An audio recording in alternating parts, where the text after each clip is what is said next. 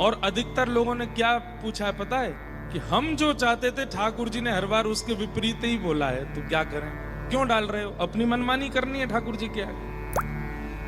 ठाकुर जी अगर बोल दें ना तो ना है, ठाकुर जी बोले हाँ तो हाँ है, उनकी बात मानिए।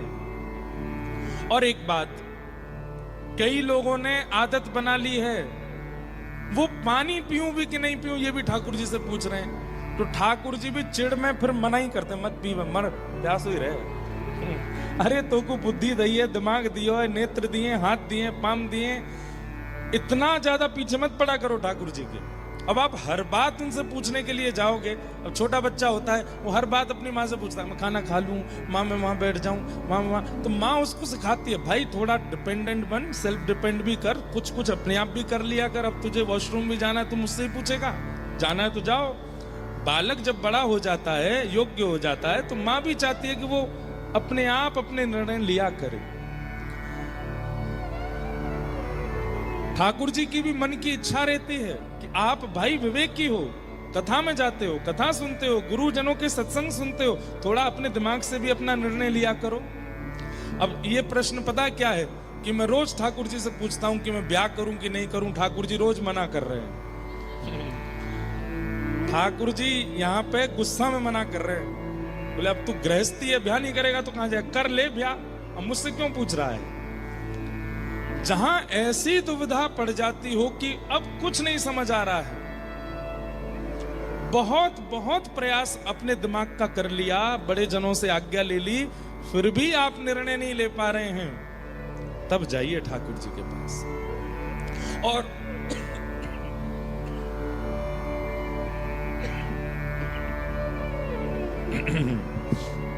ये गले की हालत भी आप लोगों को गरबा सुनाने के लिए हो गई है हमारी। रात भर कल यहाँ पे गाए, रात भर नए नए पद लिखे, फिर से नए नए गरबा फिर गाए, सुबह 7 बजे सोए हम। सोचो कितनी मेहनत करते हैं आप लोगों को सुख देने के लिए, लाल जी को आनंद दिलाने के लिए। सबसे ज्यादा मेहनत चंडीगढ़ में, कोई कहता हम इतनी देर पंडाल में खड़े रहे, जनरेटर लगवाया, लाइट लगवाए, सबसे ज्यादा मेहनत हम करते हैं कथा में। गा भी रहे, नाच भी रहे, गवा भी रहे, सेवा भी, सब कुछ करना पड़ता है, लेकिन बस उद्देश्य यही है कि आप में से कोई 2-4 ही सही वो ठाकुर जी के हो जाएं, बस इसलिए। सब नहीं हो पाएंगे, इतना तो भरोसा है हमको आप लोगों पे, 2-4 तो हो ही जाएंगे। तो क्या निवेदन कर रहा था कि भाई ये हाथ पैर क्यों दिए ठाकुर जी ने, ये नेत्र क्यों दिए, नासिका क्यों दी, जिह्वा क्यों दी, कान क्यों दिए, बुद्धि क्यों दी, और इन सब के बाद भी ठाकुर जी आपको सत्संग दिला रहे हैं, कथाएं सुनने का अवसर दे रहे हैं, महाराज जी की वीडियोस आप देख रहे हो, कथाएं आप सुन रहे हो, इतना विवेक आपको ठाकुर जी जगह जगह से पहुंचा रहे हैं, क्यों? ताकि आप सेल्फ डिपेंडेंट भी बनो, पूर्ण रूपेण ठाकुर जी पे आसर तू मत हो जाओ कि मैं ये करूं कि नहीं करूं, ये करूं कि ये, तो ठाकुर जी भी चिढ़ जाते हैं, बोले ला दाल पर चीज पर मना ही करूंगा मैं। अब बता, तो ये जो आपकी शादी के लिए रोज मना कर रहे हैं ठाकुर जी, भाई ये तो स्वाभाविक बात है, आप एक गृहस्थ आश्रम में रहते हो तो ब्याह तो आपको करना पड़ेगा, और वो ठाकुर जी से क्यों पूछ रहे हो? हाँ, किससे करूं किससे ना करूं ये पूछ लेना, 2-4 ऑप्शन आ जाएं तो वो ठाकुर जी से आज्ञा ले लेना, उसमें भी पहले खुद तहकीकात कर लेना, जिनसे ब्याह होने वाला है वो भक्त हैं कि नहीं, वैष्णव हैं कि नहीं, कथा वथा सुनने में दिक्कत तो नहीं करेंगे, वृंदावन जाने में कोई प्रॉब्लम तो नहीं। उनमें 2-3 अगर मिल जाएं कि हाँ ये भी कथा सुनते हैं, ये भी सत्संग सुनते हैं, हम तो कहेंगे कि अपने होने वाले जो जिनसे ब्याह होने वाला उनसे बोलना, मैं एक लाइन गाऊंगा, आगे वाली तुम सुना दोगे तो ब्याह पक्का। कौन सा? जो कान्हा मेरो नाम न जाने, जो कान्हा मेरो नाम न जाने, जो कान्हा मेरो नाम न जाने, जो कान्हा मेरो नाम न जाने। और इसके बाद कहना सुनाओ, अगर सुनाया तो बरमाला संगी लाया हूं, अभी पहना दूंगा। अगर नहीं बता पावे कहना सॉरी, हम ब्याह नहीं कर सकते। भैया ये तो हमने एक एग्जाम्पल दिया है केवल, सीधी बात है, वैष्णव आप हो, आप भी ये देख लो कि वो वैष्णव है कि नहीं। और फिर भी मन में संशय हो तो ठाकुर जी से पूछ लेना। डॉक्टर ठाकुर जी देखना वही लेके आएंगे जीवन में जिससे भक्ति बढ़ेगी। इसलिए हर बात के लिए ठाकुर जी के पास मत जाया करो।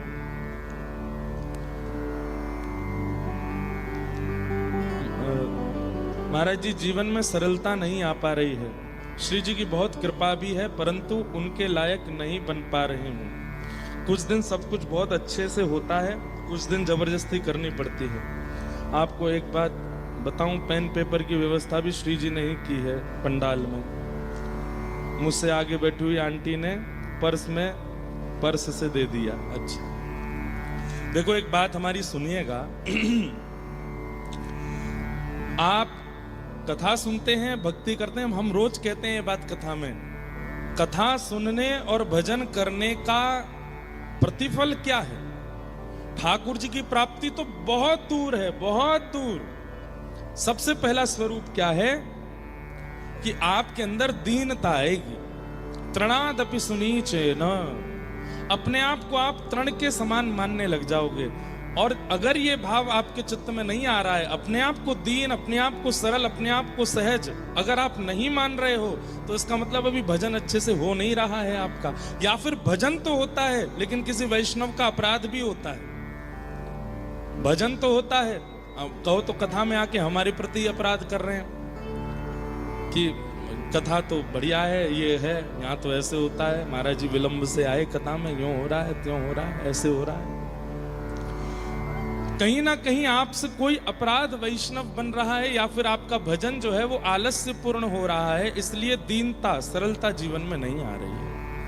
क्योंकि भजन का सबसे पहला फल यही है कि व्यक्ति अपनी मान, प्रतिष्ठा, यश, वैभव, कीर्ति और अपनी स्थिति से नीचे उतर आता है। अगर वो नीचे नहीं उतर करके आया है तो इसका मतलब है कि अभी भजन फलीभूत हुआ नहीं। कल कृष्णदास भैया आए थे, उन्होंने एक इतनी अच्छी बात बताई। उनके पूज्य गुरुदेव श्री चंद्रशेखर दास बाबा, जिनको पूरा व्रजमंडल प्रणाम करता है, बंगाल का शरीर था, लेकिन महाराज जी की देखो अब ये छोटी छोटी हरकतों से पता चलता है कि वो नाम और उनका भजन कैसा है। बोले महाराज जी कीर्तन चल रहा था और एक स्पीकर रखा है इतना दूर, जितना दूर वो कूलर है, और यहां बैठ के कीर्तन चल रहा है। अब बाबा के आने का रास्ता है ऐसे, यूं आकर के इधर बैठना है। तो कहते हैं कि वो ऐसे नहीं आए हैं, ऐसे घूम करके आए। तो सबने पूछा आप आगे से महाराज जी पधारो, तो क्या बोले? बोले वो स्पीकर में से नाम ध्वनि निकल रही है, मैं उसको लांग करके नहीं जाऊंगा, घूम करके जाऊंगा। उसको कैसे लांग सकते हैं? नाम प्रकट हो रहा है। आप नाम को शब्द कैसे मान सकते हो? नाम को स्वर कैसे मान सकते हो? वो साक्षात किशोरी जी हैं। जब कोई राधा कहता है तो इस स्पीकर से जब ध्वनि निकली है तो साक्षात किशोरी जी अष्ट सखियों के साथ निकल पड़ी हैं। आप बीच में कैसे काट के जा सकते हो? ये बात कल उन्होंने बताई तो मन में भाव आया कि संत चरण कितना भाव रखते हैं और हम कहां बैठे हैं, हम किस स्थिति में हैं। नाम जापक व्यक्ति के चित्त में, स्वभाव में, व्यवहार में, क्रिया में, विचार में, सोच में, सब में परिवर्तन आने लगेगा। और सबसे विशेष परिवर्तन, वो झुकने लगेगा। उसके अंदर दीनता आ जाएगी, सरलता आ जाएगी, विनम्रता आ जाएगी। और अगर वो विनम्र नहीं हुआ है, नाम जपता है 2-2 लाख, तो केवल आडंबर कर रहा है, नाम नहीं है। क्योंकि नाम कृपा करता है। बंधुओं, जब श्री राधा बोलते हो ना, कितनी बार बोलना है ये तो आप अपने गुरु आज्ञा मान लीजिएगा। गुरु जी कहे इतना इतना तो उतना करिए, बाकी हमारी मानो। तो एक बार भी बोलो तो कैसे बोलो? श्री राधा। बस ये श्री राधा शब्द बोलते ही आपका नेत्र बंद हो जाए। सघन कुंज है, सघन कुंज में सुंदर सेज है, सेज के एक तरफ ललिता, एक तरफ विशाखा, यहाँ चमड़ उड़ा रही हैं, यहाँ मोर छरी कर रही हैं, सामने अष्ट सखियां सब हाथ में कोई पुष्प लेके खड़ी हैं, कोई गजरा लेके खड़ी हैं, कोई पान लेके खड़ी हैं, कोई पीकदानी लेके खड़ी हैं, कोई पंखा जल रही हैं। वो सब अष्ट सखियों के मध्य में श्री किशोरी जी विराजमान हैं। कमल जैसे नेत्र हैं, अत्यंत सरल, अत्यंत सहज, अत्यंत विनम्र हैं श्री किशोरी जी। उनका रूप देख करके नेत्र अश्रुओं से भर आते हैं। श्याम सुंदर एक टेर लगा करके किशोरी जी को देखते रहते हैं। श्री राधा एक बार कहते ही इतना सब चिंतन होने लगा। आपका नाम